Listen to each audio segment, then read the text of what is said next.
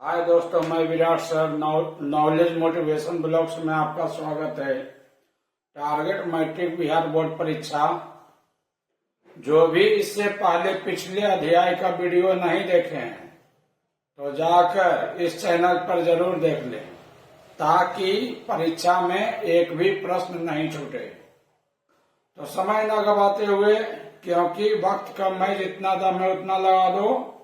कुछ लोगों को मैं जगाता हूं और कुछ लोगों को आप जगा दो। तो ये रहा बिहार बोर्ड वर्ग 10वां का संस्कृत ट्यूशन किताब का 9वां अध्याय, स्वामी दयानंदा पाठ, जिसका निबंधकार महर्षि दयानंद सरस्वती जी हैं, का सारा प्रश्न। तो आइए प्रश्न संख्या 1 पर। स्वामी दयानंद का पूरा नाम क्या था? तो स्वामी दयानंद सरस्वती। प्रश्न संख्या 2, स्वामी दयानंद का जन्म कहाँ हुआ? तो टंकारा ग्राम गुजरात में हुआ। टंकारा ग्राम गुजरात में पड़ता है। प्रश्न संख्या 3, स्वामी दयानंद का गुरु का नाम क्या था? तो बिरजानंद। स्वामी बिरजानंद भी रह सकता है एग्जाम में। क्वेश्चन नंबर 4 है, स्वामी दयानंद का जन्म किस शताब्दी में हुआ? तो 19वीं शताब्दी में। क्वेश्चन नंबर 5 है, स्वामी दयानंद का जन्म कब हुआ था? 1824 ईस्वी में। क्वेश्चन नंबर 6 है, स्वामी दयानंद का भेंट बिरजानंद से कहाँ हुआ था? तो मथुरा। मथुरा कहाँ पड़ता है? उत्तर प्रदेश में। क्वेश्चन नंबर 7 है, स्वामी दयानंद की शिक्षा किस भाषा में हुई थी? तो संस्कृत भाषा में हुई थी। प्रश्न संख्या 8 है, स्वामी दयानंद को उपदेश कौन दिए थे? तो स्वामी बिरजानंद ने दिए थे। क्वेश्चन संख्या 9 है, स्वामी दयानंद किस प्रकार का पाठ है? तो निबंध है। स्वामी दयानंद जो पाठ है एक निबंध है। प्रश्न संख्या 10 है, आर्य समाज के संस्थापक कौन थे? तो स्वामी दयानंद थे। क्वेश्चन नंबर 11 है, आर्य समाज की स्थापना स्वामी दयानंद ने कब किया था? यह कब किए थे? तो 1875 ईस्वी में किए थे। आर्य समाज की स्थापना स्वामी दयानंद ने। क्वेश्चन नंबर 12 है, स्वामी दयानंद का जन्म किस प्रदेश में हुआ था? तो गुजरात प्रदेश में हुआ था। क्वेश्चन नंबर 13 है, स्वामी दयानंद किस संस्था के संस्थापक थे? तो आर्य समाज संस्था के संस्थापक थे। क्वेश्चन नंबर 14 है, स्वामी दयानंद का निधन कब हुआ, यानी मृत्यु कब हुआ? तो 1883 ईस्वी में। क्वेश्चन नंबर 15 है, स्वामी दयानंद सरस्वती का बचपन का नाम क्या था? तो स्वामी दयानंद जी के बचपन का नाम था मूल शंकर। क्वेश्चन नंबर 16 है, स्वामी दयानंद का परिवार किस भगवान के उपासक थे? तो भगवान शिव, यानी शिव शंभु,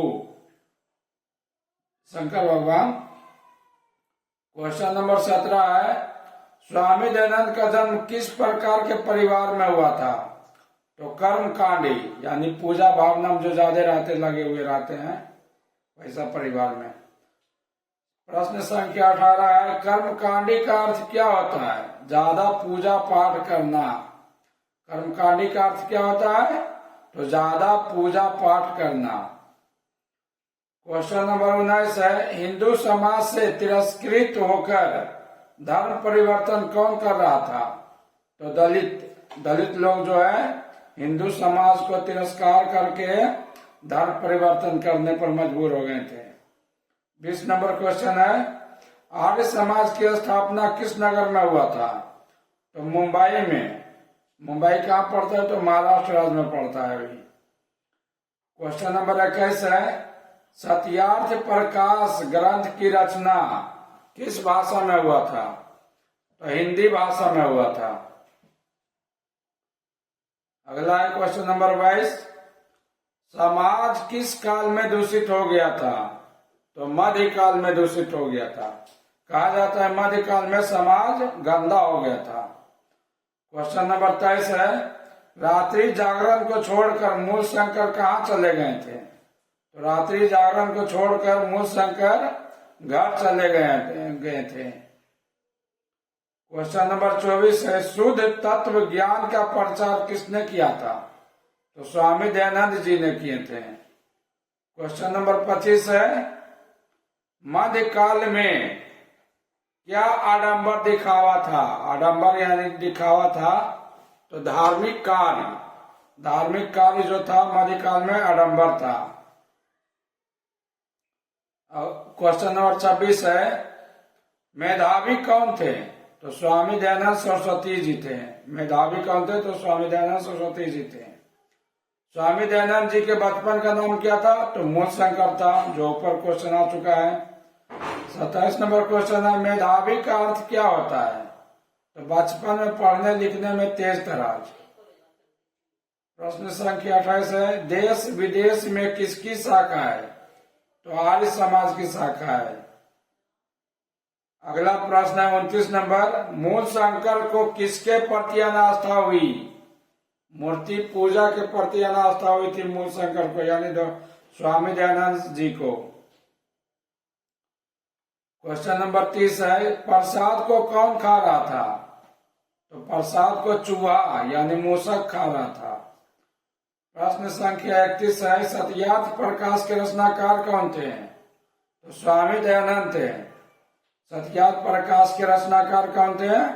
स्वामी दयानंद जी। क्वेश्चन नंबर 32 है, स्वामी दयानंद कौन थे? तो समाजो धारक यानी समाज को उद्धार करने वाला व्यक्ति थे स्वामी दयानंद। क्वेश्चन नंबर 33 है, स्वामी दयानंद के लिए कौन सा पर्व उद्बोधक सिद्ध हुआ? तो शिवरात्रि, जिसे महाशिवरात्रि के नाम से भी जाना जाता है। क्वेश्चन नंबर 34 है, मूल शंकर को मूर्ति पूजा के प्रति अनास्था होने के दूसरे वर्ष में किसकी निधन हो गई थी? तो स्वामी दयानंद सरस्वती जी की बहन की निधन हो गई थी। क्वेश्चन नंबर 25 है, डीएवी विद्यालय की स्थापना कब और किसने किया? तो डीएवी की स्थापना 1883 ईस्वी में स्वामी दयानंद जी के अनुयायियों ने किया था। अनुयायियों का इंग्लिश होता है फॉलोअर्स। इंस्टाग्राम जो चलाते होंगे वो जानते होंगे। क्वेश्चन नंबर 36 है, डीएवी का फुल फॉर्म क्या होता है? डीएवी तो दयानंद एंग्लो वैदिक। डीएवी का फुल फॉर्म होता है दयानंद एंग्लो वैदिक। क्वेश्चन नंबर 37 है, वैषम्यम शब्द का अर्थ क्या होता है? तो वैषम्यम शब्द का अर्थ विषमता या असमानता होता है। क्वेश्चन नंबर 38 है, नूनम शब्द का अर्थ क्या होता है? तो नूनम शब्द का अर्थ निश्चय होता है।